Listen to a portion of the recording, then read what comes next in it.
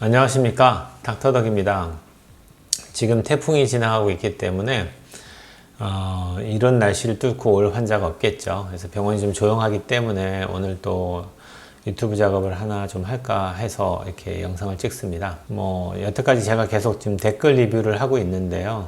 아마도 비타민에 관련된, 비타민 C에 관련된 댓글 리뷰는 오늘이 거의 마지막이 되지 않을까 하는 생각이 들고요. 그동안 제가 올렸던 많은 비타민 C에 관련된 영상이 많잖아요. 근데 이걸 좀 다 보시고서 질문하시면 너무 좋을 것 같은데 그렇지 않으신 것 같아요. 그냥 딱 단편적인 것만 보시고서는 그것 때문에 이제 밑에 댓글 다시고 하시는 분들이 있는 것 같아요. 근데 가능하시면은 이제 제 채널을 보시는 분들이라면은 좀 더 자세하게 제가 올려놨던 내용들을 다 보시고 나서 그걸 다 통괄적으로 이해를 하시는 게 좀 더 필요하지 않을까 하는 생각이 듭니다. 그럼 오늘 같이 나눌 내용 볼까요? 화명이라는 아이디를 사용하시는 분인데요. 비타민 고용량을 권장하는데 비타민과 같은 건강식품은 그 사람의 체질, 건강 상태에 따라 적정량을 먹는 게 최고입니다. 저용량을 먹는다고 효과가 없는 게 아니죠. 3000에서 10,000 mg을 먹어야 효과가 있다고 자랑하듯 말하는데 현혹되지 말기를. 체질에 맞게 드시기 바랍니다. 이분 말만 딱 들으면 마치 제가 고용량을 열심히 이제 홍보하는 홍보대사처럼 말씀하시고 현혹되지 말라는 식으로 제가 마치 환자를 현혹하는 것처럼 말씀하시는데 제 강의를 다 안 보신 거예요. 이분은 제가 볼 때는 제가 항상 강조하는데 저도 환자한테 얘기할 때 본인한테 필요한 양만큼 드세요라고 얘기합니다. 그러면 본인이 필요한 양을 어떻게 알 수 있죠? 다 강의를 앞에 다 했습니다. 내 몸에 필요한 양이 있을 건데 어떤 분들은 실제로 1g만 먹어도 충분합니다. 그런 분들이 있어요. 근데 저한테 오는 분들의 대부분은 비타민C 용량이 부족한 경우가 훨씬 많습니다. 10명을 치료해 보면은 8, 9명, 거의 90% 이상이 부족한 상태로 오세요. 그런 분들한테는 많이 드세요라고 밖에 말씀드릴 수가 없잖아요. 그러니까 그렇게 이해하시는 게 맞지, 모든 환자들한테 그런 분들한테 다 비타민C를 고용량 드세요로 얘기하는 게 절대 아닙니다. 오해 없기를 바라고요. 두 번째 또 아셔야 될 내용도 다 앞에 강의를 했는데 다시 한번 짚어드리면은 요구량이라는 거는 시시각각 변합니다. 이 개념이 이 환자한테는 없을 거예요.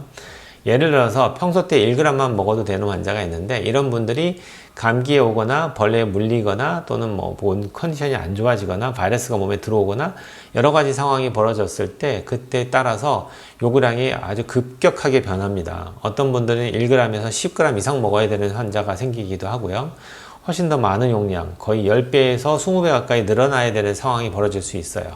그 개념이 없는 거예요. 그냥 평온한 상태, 정상적인 상태만 가지고서 얘기하시는 거죠. 그렇지 않아요.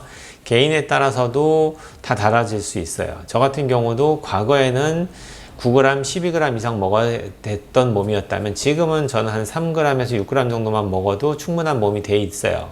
요구량이 좀 점점 줄어들겠죠.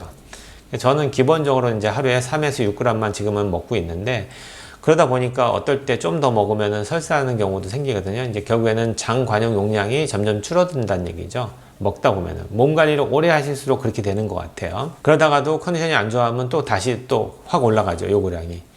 그렇게 이해하신다면은 좀 더 쉬울 것 같아요. 비타민을 무조건 강조한다고, 비타민을 강조하는 의사라고 해서 모든 사람들한테 일괄적으로 적용하듯이 얘기하는 게 아닙니다. 그 다음에 이분은 JHK님인데요. 선생님, 제 아이가 11살이고 체중은 60kg입니다.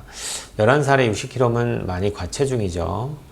아이에게도 비타민C와 D를 먹이고 싶은데 얼마나 먹여야 할까요?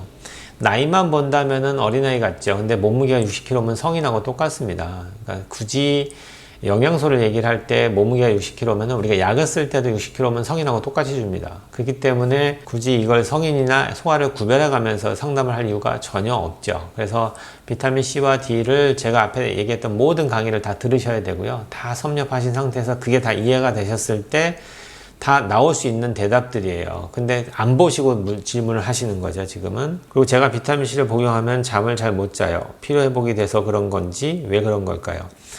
그러니까 이런 분들이 가끔은 있습니다. 근데 계속되는 현상은 아닌 것 같고요. 없던 분들, 즉 복용하지 않던 분들이 복용하게 됐을 때 그거에 의해서 생길 수 있는 일시적인 어떤 현상일 수는 있어요.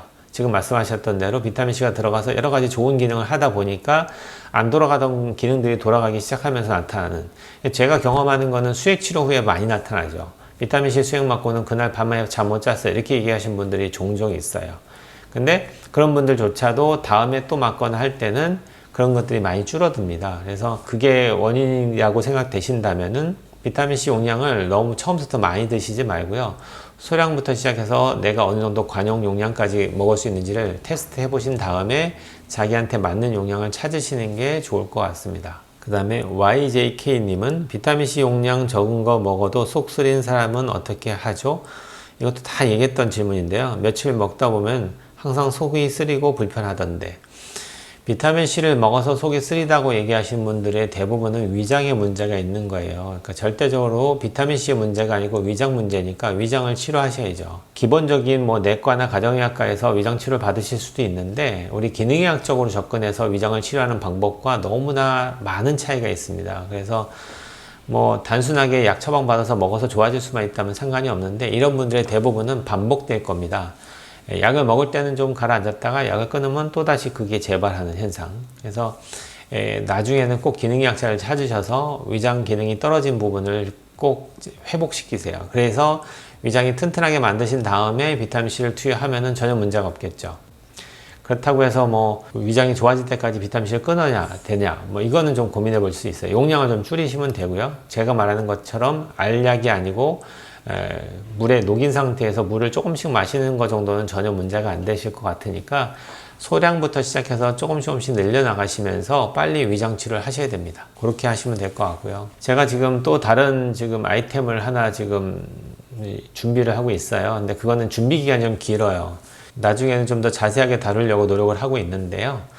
뭐냐면은 설탕에 대한 얘기입니다. 요즘 우리나라 사람들이 설탕 소비량이 되게 늘어나고 있는데, 얼마만큼 내가 설탕을 소비하고 있고 내가 설탕에 지금 이제 끌려가고 있는지, 마치 이제 종이 돼 가는 거죠. 설탕이 없으면 안 되는 사람이 되어 가는 그런 것들을 좀 더 각성시키기 위해서 지금 자료를 모집하고 있기 때문에, 그거는 시간이 좀 걸려도 좀 더 자세하게 다 모집된 상태에서 제가 설명해 드리는 게 좋을 것 같아서, 그거는 조금만 더 기다려 주시고요.